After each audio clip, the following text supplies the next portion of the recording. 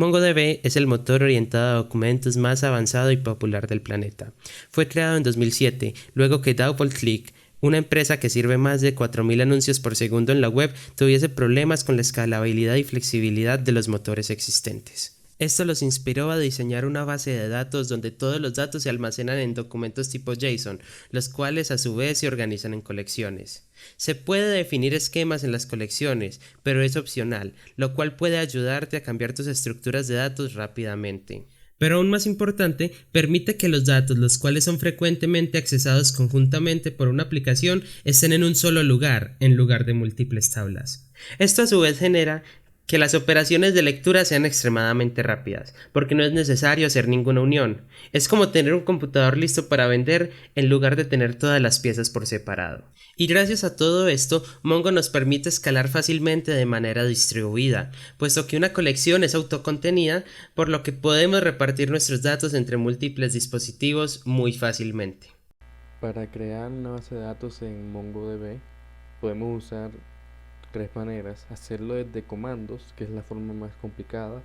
Usar MongoDB Compass, una aplicación que viene al momento de descargar Mongo. Y también puedes usar Mongo Atlas, que es desde el navegador web. En mi caso usaré Mongo Compass. Sea cualquiera de las formas, nos conectamos a nuestro clúster.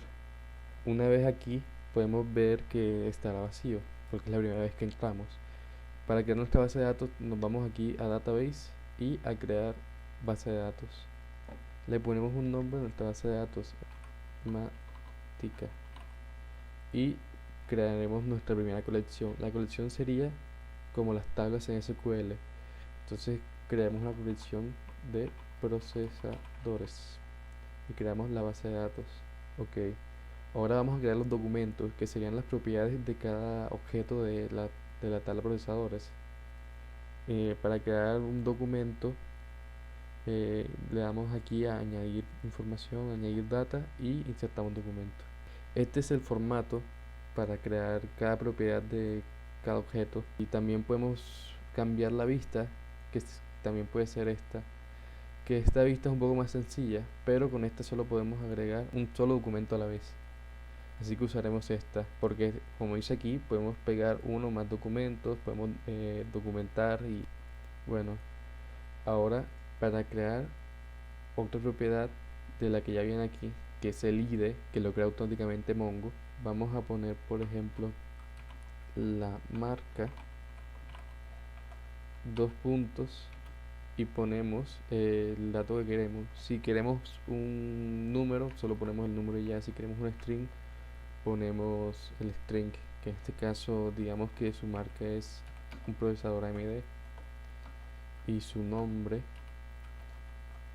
es un Ryzen 5 5600G. Y aquí se crearía nuestra crítica de base de datos. Aquí falta algo, y es que después de crear cada propiedad habría que poner una coma. Aquí una coma y aquí una coma. Y listo, aquí así se sentaría fácilmente un documento. Bueno, digamos que creamos nuestro objeto, pero queremos editar lo que tiene en las propiedades del objeto. Bueno, primero que todo podemos ver aquí que hay, al pasar el cursor por encima, hay varias opciones: editar documento, copiar el documento y clonar el documento. Y también podemos remover el documento. Para editarlo, presionamos el botón de editar el documento, pero aquí podemos ver las vistas. Yo quiero editar el documento de esta manera, con esta vista, y entonces le damos a editar y ponemos las nuevas propiedades que queremos agregar o que queremos cambiar. Aquí nos dice que el documento ha sido modificado y simplemente le damos a reemplazar, y así se puede editar el documento. Ahora digamos que queremos agregar más documentos. Bueno, entonces vamos a añadir data, insertar documentos, y aquí podemos volver a insertar más documentos. Bueno, entonces cada documento empieza en donde abre una llave y termina donde cierra una llave. Eso quiere decir que el ID es un documento dentro de otro documento, lo cual nos puede servir también a nosotros. Bueno, ahora entonces creemos otras otros objetos. Bueno, al finalizar de poner todos los documentos que queramos, simplemente veremos que aquí abajo nos dirá que tiene errores. Eso será porque falta poner que esto sería un vector de documentos para así crear todos los documentos. Entonces simplemente teníamos que poner esto aquí y al final poner el mismo corchete y listo. Así se quita el error porque esto significa que está abriendo un vector y esto se interpretaría como un vector de documentos. Ahora si le damos a insertar, se crearán todos y cada uno de los documentos que queríamos. Aquí podemos ver los tres tipos de vistas que hay, que es una simple para ver cada uno, las llaves, y también podemos verlo en forma de tabla. Bueno, ahora suponemos que ya no queremos ya no tenemos uno de los documentos que aquí se encuentran. Bueno, pues simplemente buscamos el documento que no queremos y aquí en las opciones le damos a remover documento. Aquí nos pregunta si quiere ser borrado y le presionamos que sí, borrar, y simplemente así ya el documento estaría borrado. Digamos que ahora quiero crear una nueva colección. Bueno, simplemente nos regresamos, ya sea por aquí o por aquí, a nuestra base de datos y le damos a crear una colección. Creamos una colección. Un ejemplo de una razón por la que podríamos usar un documento dentro de otro documento sería, por ejemplo, en este caso de clientes, sería su nombre. Entonces creamos esta propiedad, pero esta tiene otro documento dentro. ¿Y qué tiene esto aquí? Pues tiene su nombre, que digamos que sería Sebastián. Ponerlo ahí mismo, puedes poner su apellido, y así para esto sería una cosa que podrías usar los documentos dentro de otros documentos, que al insertar se ve así, se ve como un objeto.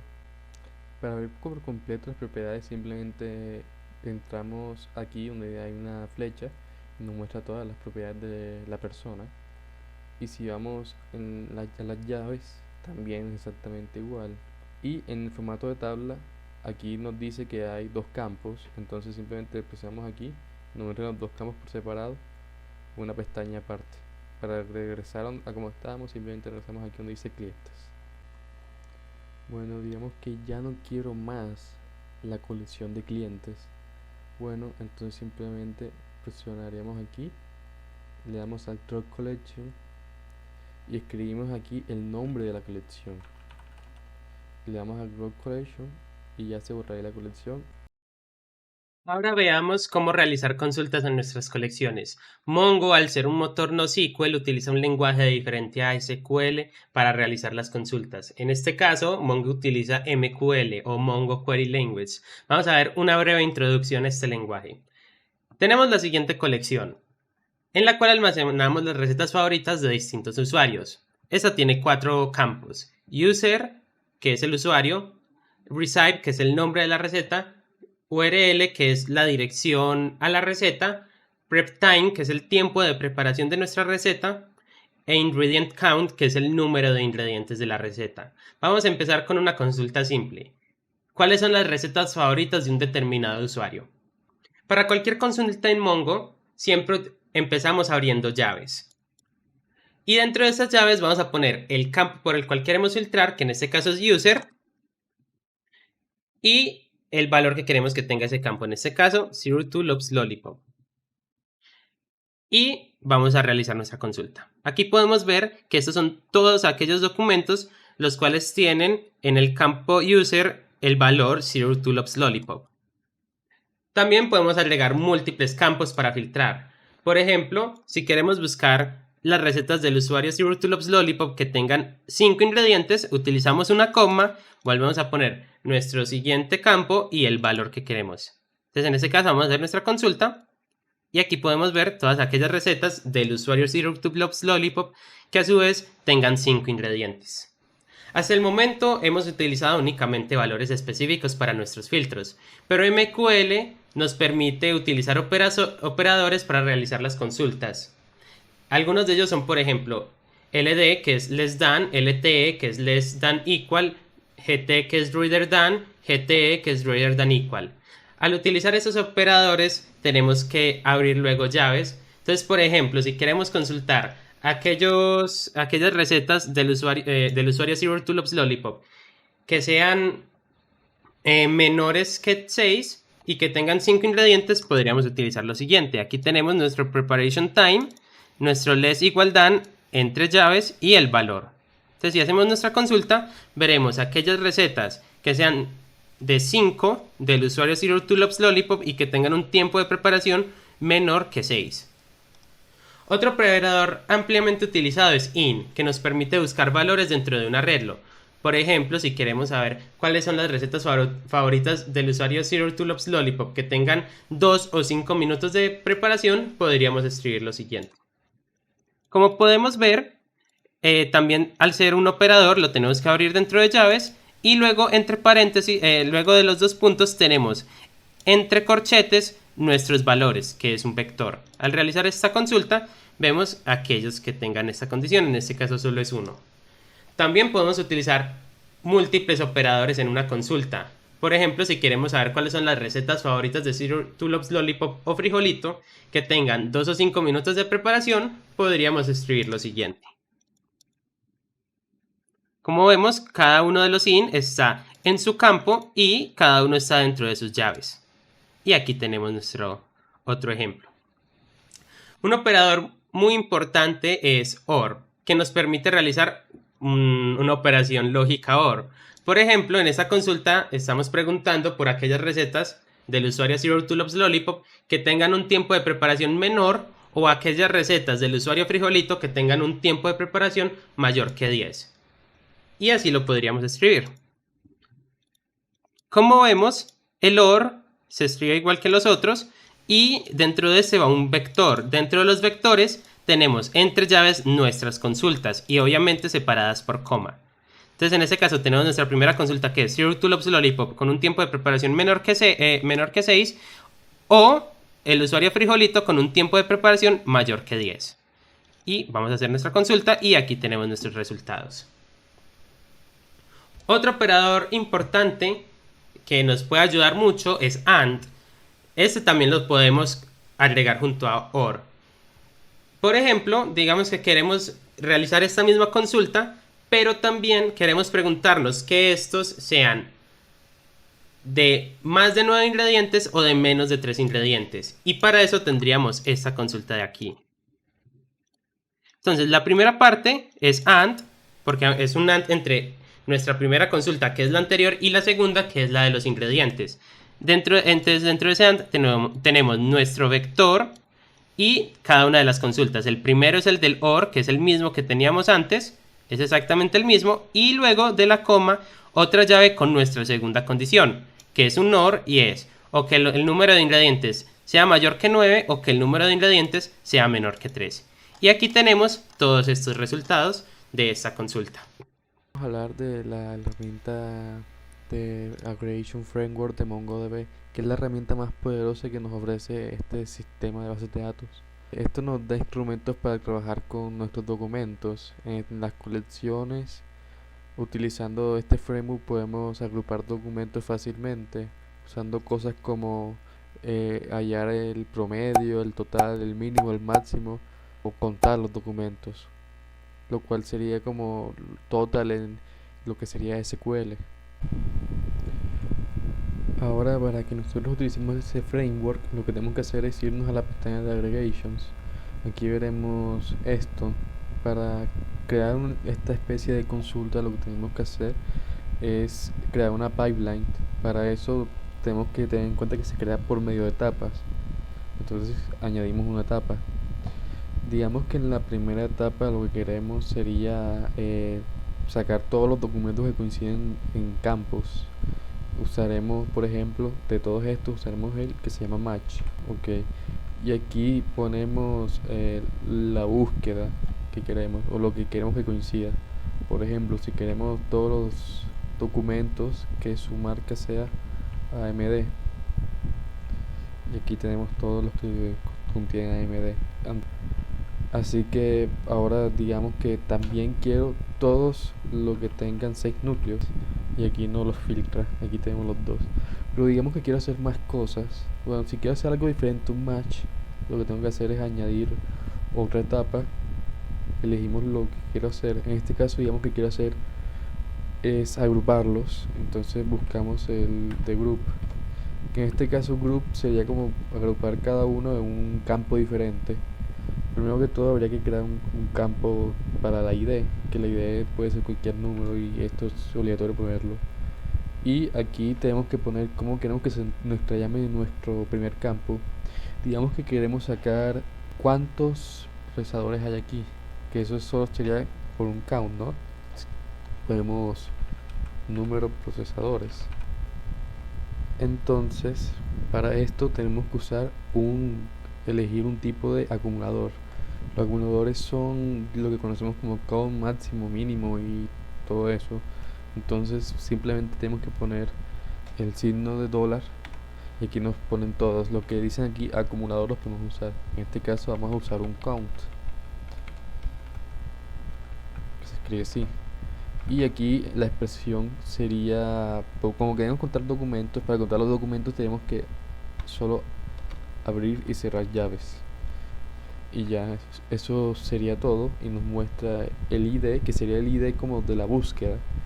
Y la cantidad de procesadores que tenemos, que sí son dos. Bueno, digamos que quiero usar otros, o quiero hacerlo por medio de los campos. Entonces digamos que quiero crear una que sería el promedio de frecuencia. Bueno, para hacer el promedio de frecuencia tenemos que buscar el average, ¿no? Ponemos el signo de dólar y aquí buscamos ABG, que significa average, y ponemos el campo que queremos. Entre comillas ponemos el signo del dólar también y aquí elegimos el campo que queremos, que en este caso queremos el promedio de la frecuencia. Y listo, aquí se pondría el promedio de la frecuencia. Aquí. Eso aplicaría para todo tipo de cosas. Si quieren encontrar el máximo, si quieren encontrar el mínimo, se puede también agregar. Por ejemplo, así. Aquí agregamos la máxima frecuencia y la mínima frecuencia. Y aquí mostraría lo que sería el resultado. Como esto solo es una previsualización, aquí podemos ver en tiempo real lo que está pasando. Y podemos ver que la etapa de aquí arriba, mientras menor sea el número de etapas, tendrá más prioridad. Por ejemplo, si aquí en vez de 6 núcleos ponemos los AMD que tengan 16, me va a mostrar esos y ahora todos estos resultados cambian.